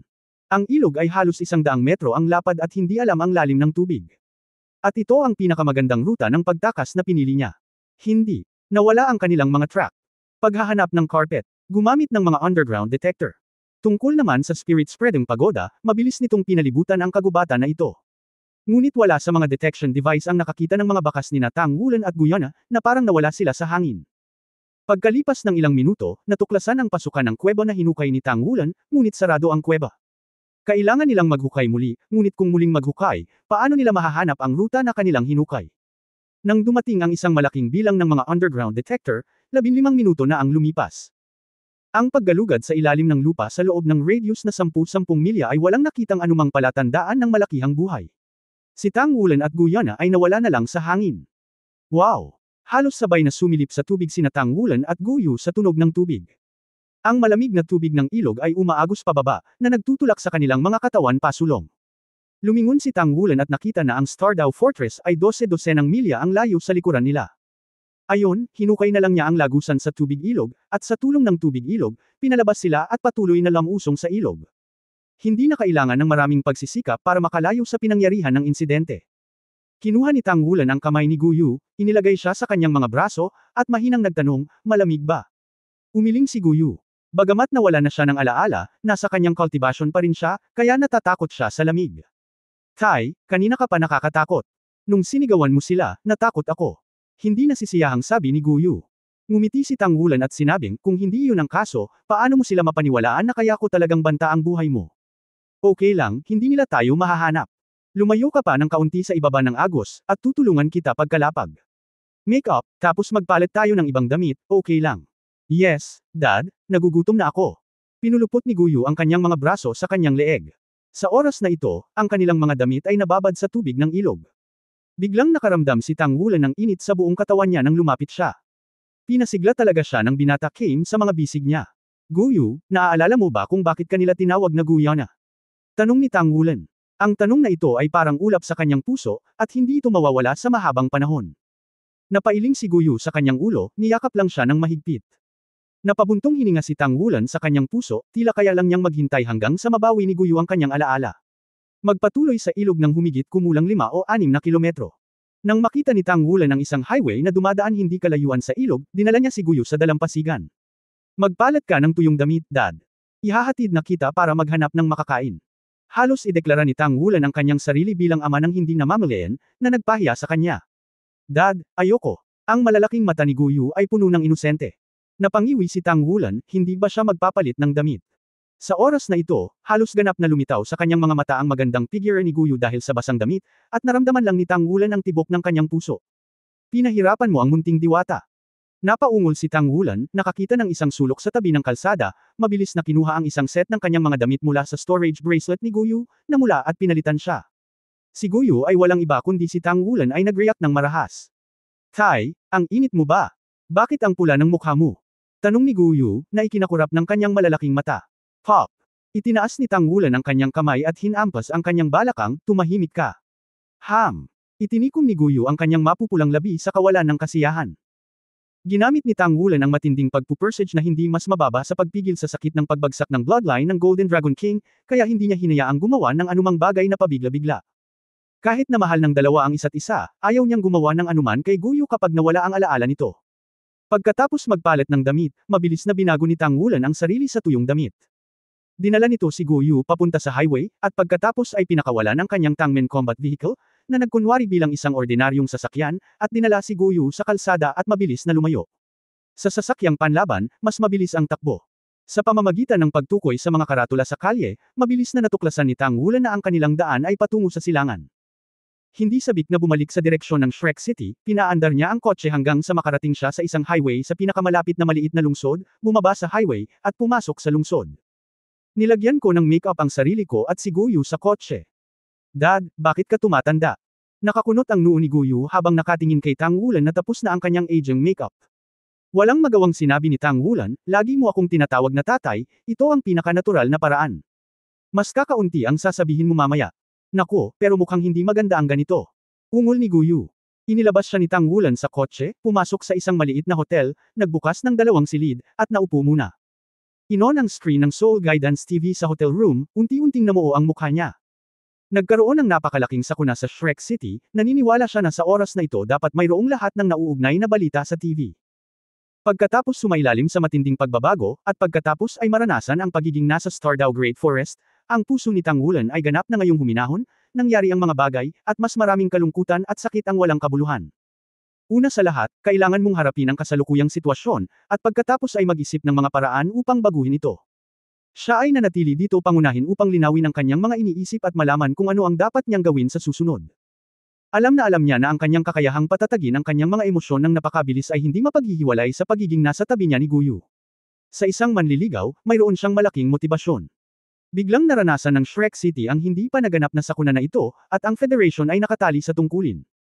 Inihayag ng Bundestag ang pagbuwag nito at muling maghahalal sa ibang araw. Ang mga paunang istatistika sa bilang ng mga namatay sa Shrek City ay lumampas sa 12 milyon, na may humigit kumulang 2 milyon ang nasugatan. Wala pang 1/4 ng sukat ng lungsod ang nananatili, at ang mga pagkalugi ay hindi makalkula. Ang Shrek Academy ay ganap na nabura, at ang punong tanggapan ng Tangmen ay hindi kumpleto. Ayon sa mga saksi at ang satellite images ay hindi ang huling sandali na ipinapakita ng Lord If Pavilion. Ang Shrek Academy, Xingtian Daoluo, ay gumawa ng todo upang harangan ang halos lahat ng kapangyarihan ng 2 God-killing level fixed installed soul-guided shell, natatakot ako na lalo pang maapektuhan ng pagsabog ang mas malayong punong tanggapan ng Spirit Transmission Tower. Ang Federal Army ay nagtayo ng isang pangkat ng pagsisiyasat upang imbestigahan ang dahilan ng pagkawala ng 2 nakapirming nakamount na mga bala na ginagabayan ng kaluluwa ng pagpatay sa Diyos. Sinabi ng Commander-in-Chief ng hukbo na mahahanap ang mamamatay tao sa lahat ng bagay. Sa buong mainland, ang mga nagtapos ng Shrek Academy ay nagdaos ng mga aktibidad sa pagluluksa upang magdalamhati sa mga biktima ng trahedya ng Shrek.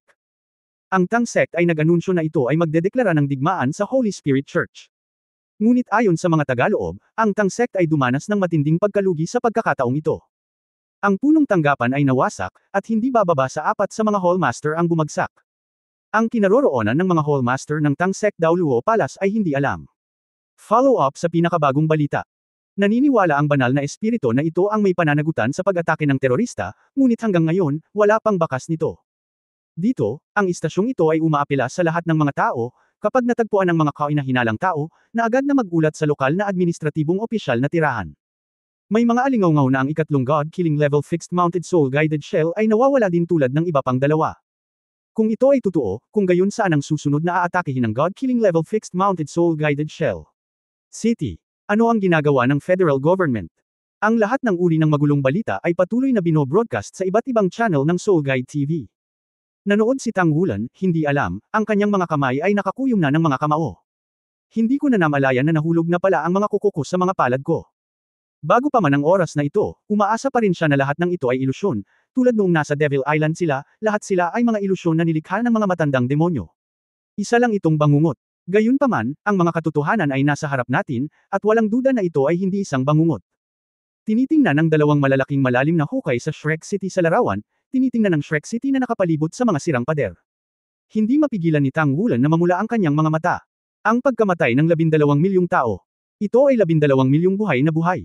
Yun lang. Ang numero 1 lungsod sa mainland, Shrek, ang araw ay hindi lumubog, at ang Shrek Academy, na naipasa sa loob ng higit sa 20,000 taon, ay nawala na lamang. Napakalupit ng kalaban. Napakalupit. Pinatay ang TV at umupo doon, hindi gumalaw si Tang Wulan ng mahabang panahon. Pinakalma niya ang kanyang isipan, at kasabay nito ay sinuri ang balitang natanggap niya.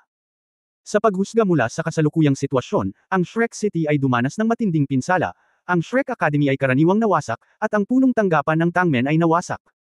Ang mga pagkalugi ay hindi mabilang. Sa ngayon, wala pang ulat tungkol sa mga kasama. Ang Espiritu Santo ay nagtuturo. Posible bang maging isang kulto ng banal na espiritu na mag-isa upang makagawa ng ganoong antas ng pag-atake ng terorista? Kumakain ba talaga ang militar ng tuyong pagkain?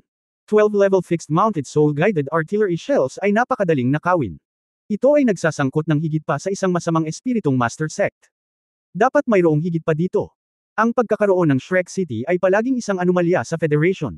Ngunit ang Federation ay hindi nang ahas na tretuhin ang Shrek City, pagkatapos ng lahat, ang katayuan nito ay napakataas.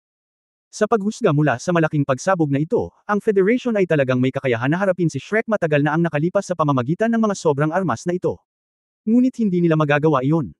Maaaring gusto ng Federation na tanggalin si Shrek, hiniram lang ang pangalan ng Evil Soul Master.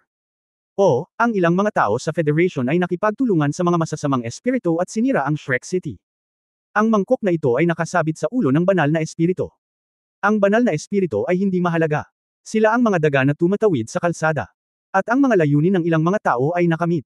Kung wala ang impluensya ng Shrek Academy sa mainland, malinaw na mas madali para sa ilang mga karera na gawin ang gusto nila. Ngunit hindi malinaw si Tang Wulan tungkol sa partikular na sitwasyon.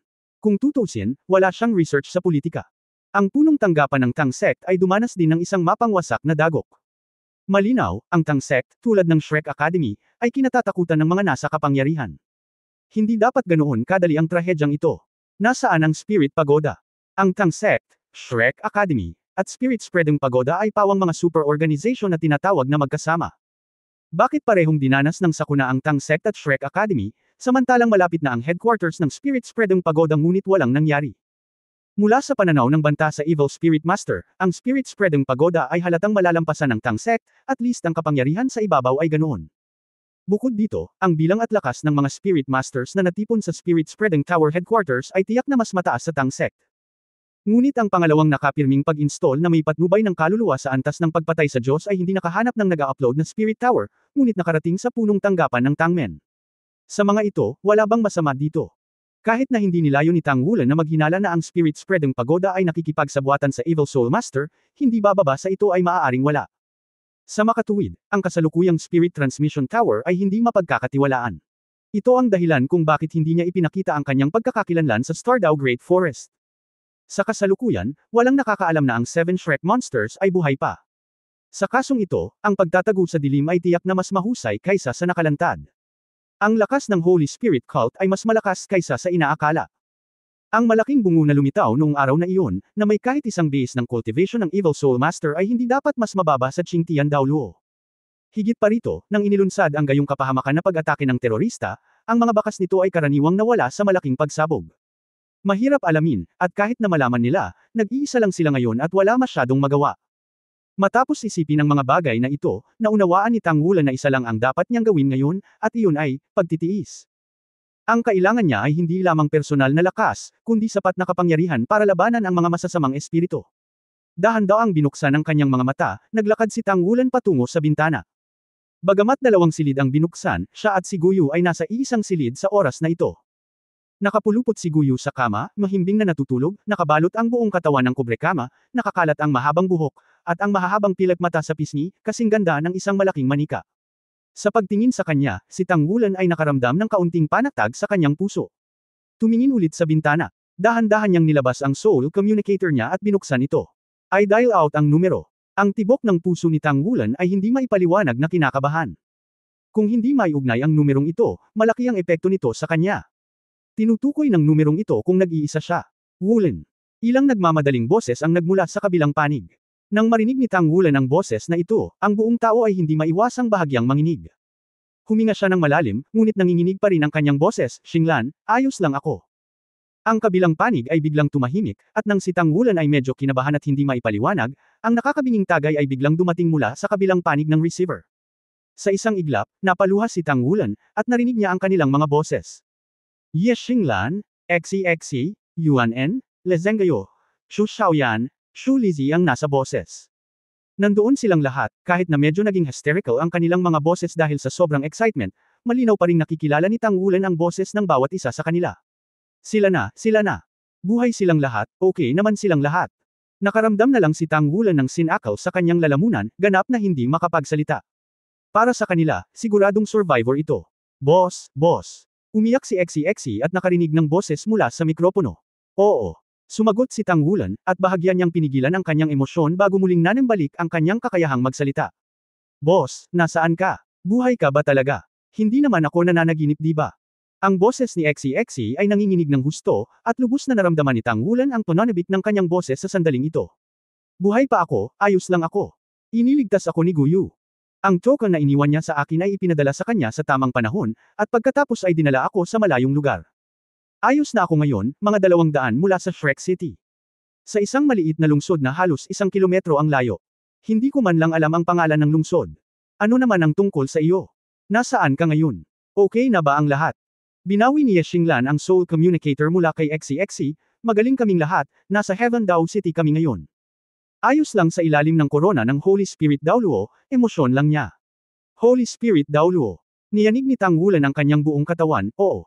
Tila nakomo lang ang Holy Spirit Daoluo noong araw na iyon, at buhay pa siya.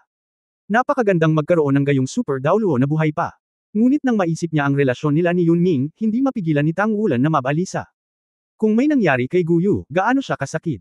Ay comfort muna ninyo ako, pupunta ako para makipagkita sa inyo sa lalong madaling panahon. Gayun din, Xinglan, sa oras na ito, huwag makipag-ugnayan sa alinmang partido, kabilang ang Tang Sect.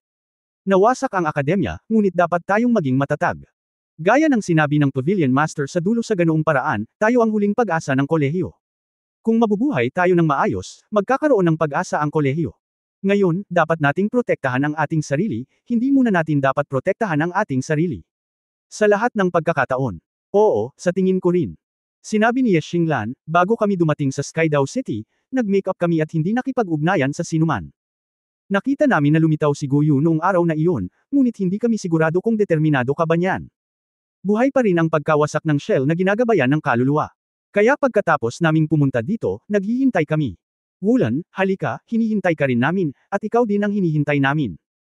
Naririnig ni Tang Wulan na si Ye Xinglan, na palaging kalmado, ay puno ng pagod sa kanyang boses sa oras na ito. Well, hintayin mo ako, pupunta ako doon sa lalong madaling panahon. Keep in touch. Matapos ibitin ang komunikasyon ng Soul Guide, pinunasan ni Tang Wulan ang mga luha sa kanyang mukha, at pagkatapos ay nagpakawala ng mahabang buntong hininga. Sa wakas, ang mga kasosyo ay buhay pa. Sa oras na ito, ano ang mas magandang balita kaysa dito?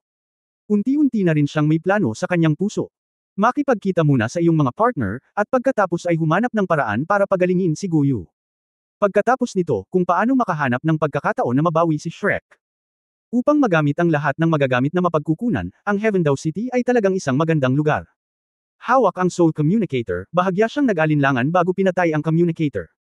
Sa oras na ito, maaari niyang isipin ang dalawang tao na makakatulong sa kanyang sarili, ang isa ay ang kanyang guro na master ng ontology, at ang isa ay natural na ang kanyang master ng master craftsman level.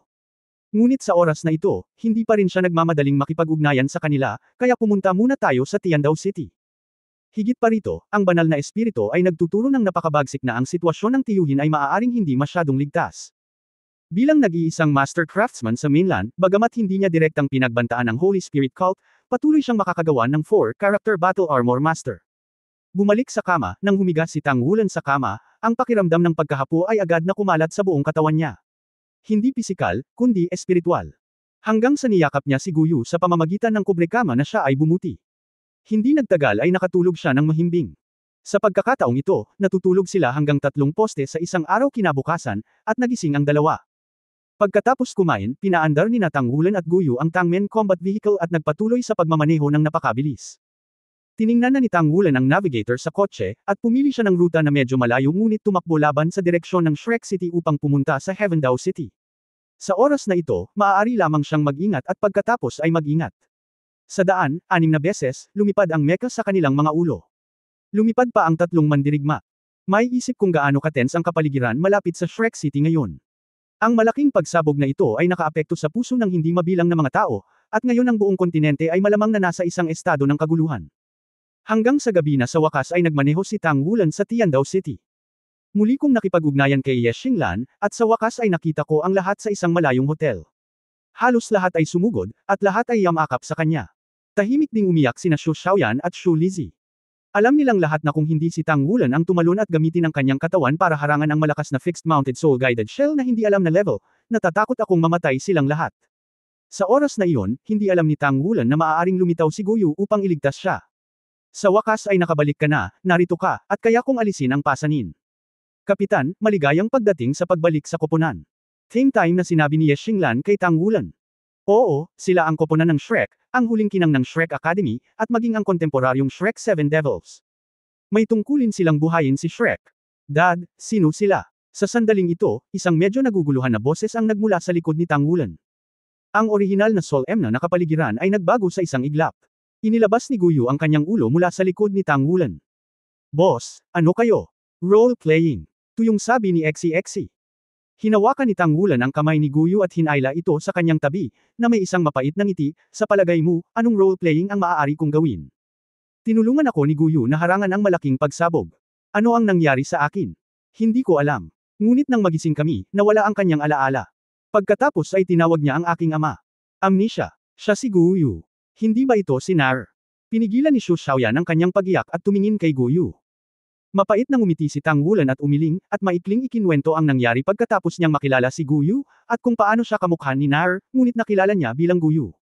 Pansamantalang nagtanong si Exi, Guyu, kilala mo pa ba ako? Maliban kay Tang Wulan, sila ni Xu Xiaoyan ang pinakamatagal nang kilala si Guyu. Hindi ko alam. Napailing si Guyu nang walang laman. Namula ang mga mata ni Ye Xinglan, na palaging malakas, lahat para iligtas tayo.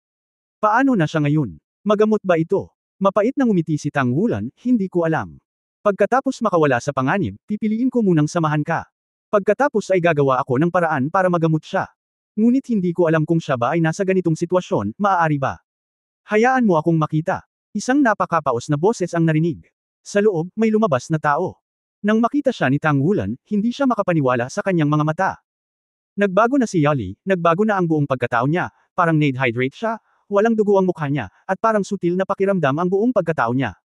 Ang orihinal na nakamamanghang mukha ay naramdaman kahit na medyo tuyo sa oras na ito, at ang kanyang mahabang buhok ay naging ganap na puti. Whitehead magdamag, ngunit gayon.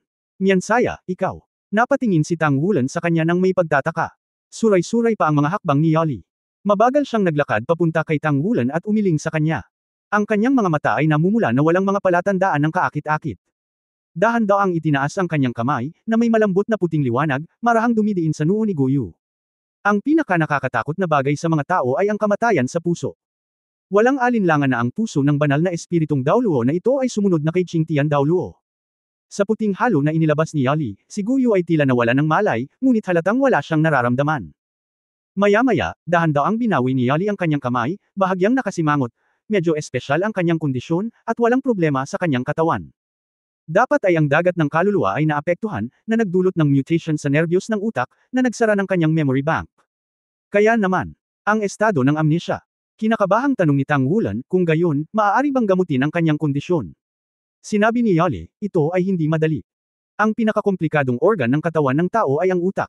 Ang utak ay isang lubhang misteryosong pag-iral. Ayon sa federal na pananaliksik, ang pag-unlad ng utak ng tao ay palaging limitado at imposibleng matuklasan ang lahat ng mga sikreto. Ilan lamang sa mga simpleng dibisyon ng utak ang maaaring gawin ng halos. Ngunit kung paano makialam sa mga zone na ito ay hindi pa natutukoy hanggang ngayon. Padalos-dalos, kung hindi, ang isang masamang dahilan ay makakasira sa kanyang cranial nerves at magdudulot ng hindi maibabalik na pinsala sa kanya. Nang marinig ang kanyang mga salita, hindi napigilan ni Tang Wulan na huminga. Alam mo, ang lalaking nasa harap niya ang nangungunang healing spirit master sa mainland ngayon. Kahit na sinabi niya na ang sitwasyon ni Guyu ay mahirap, at iyon ay talagang mahirap. NS. Nang makita ni Tang Wulan ang kulay ng mukha ni Tang Wulan, sinabi ni Yali, huwag kang mag-alala, hindi naman siya ganap na walang magawa sa sitwasyong ito. Relatibong magsalita, sa sitwasyong ito, hanggat nahanap mo ang tamang kayamanan, magagawa mo ito ay makakatulong sa kanya na palakasin ang mga function ng kanyang katawan, at kasama rin dito ang cranial nerves, nagpapalakas ng katawan at nag-aalis ng kasamaan, at doon ay ibabalik sa normal ang memorya, at ang nerbiyos ay ibabalik sa normal. Ay isang uri lamang ng kayamanan ng langit at lupa na naiisip ko na maaaring gumamot sa kanyang problema, ang pangalan ay Kirong Tang Tianju, ito ay napakabihirang, at ito ay aabutin ng kahit 10,000 taon, maaari mo pa ring gamitin ang kapangyarihan ng Academy upang mahanap ito, ngunit ngayon, sa puntong ito, ang kanyang mga mata ay agad na nanlabo. Natahimik ang lahat. Ang puso ng bawat isa ay parang lumulubog na tingga. Wala na si Shrek, wala na ang mga ugat nila. Huminga ng malalim si Tang Wulan, sa ilalim ng korona, tiyak na muling itatayo natin si Shrek para muling lumitaw si Shrek ng napakatalino. Pangako. Bahagyang tumango ang pressure, ngunit may kaunting pait sa mukha niya, nasa iyo ang kinabukasan. I will support you with all my strength. Pagkasabi nito ay tumalikod na siya at naglakad papuntang kwarto. Maaari siyang magpatuloy sa pamumuhay, ito ay napakalaking tiyaga, para lamang sa pag-asa ng muling pagtatayo ni Shrek, para sa pag-asa ng pagkamatay ni Qingtian Daoluo. Bilang master ng kontemporaryong si God Pavilion, nang makita ang pagkawasak ng Shrek Academy, may isip ang sakit ni Yunming.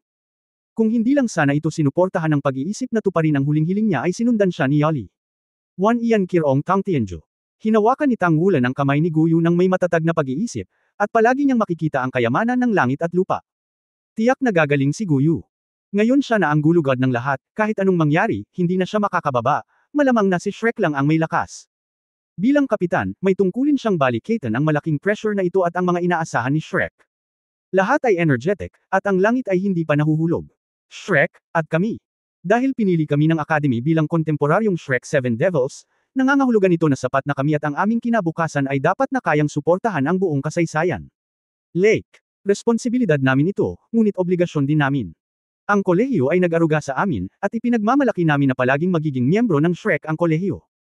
Sa puso ko, kahit anuminsan, dapat tayong lahat ay sumulong ng buong tapang, saan man tayo mahulog, tayo ay babangon mula sa kung saan tayo mahulog.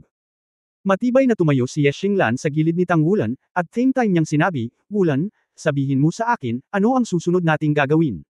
Mataimtim na sinabi ni Tang Wulan, napakakomplikado ng sitwasyon sa labas. Nawasak ang akademya at nabuwag ang Bundestag. Sakto na ang buong kontinente ay nasa estado ng kaguluhan. Sa kasong ito, walang sinuman sa atin ang makakaasa dito, lalo na't walang sinuman ang makapaniwala. Noong bata pa ako, ang aking ama ay minsang nagsabi sa akin ng isang salita sa aking mga tao, na sariwa pa rin sa aking sarili. Ako ay lubos na naniniwala na ngayon, maaari naming ganap na magtiwala at umasa sa ito ay sa amin lamang. For more videos, please like, share and subscribe.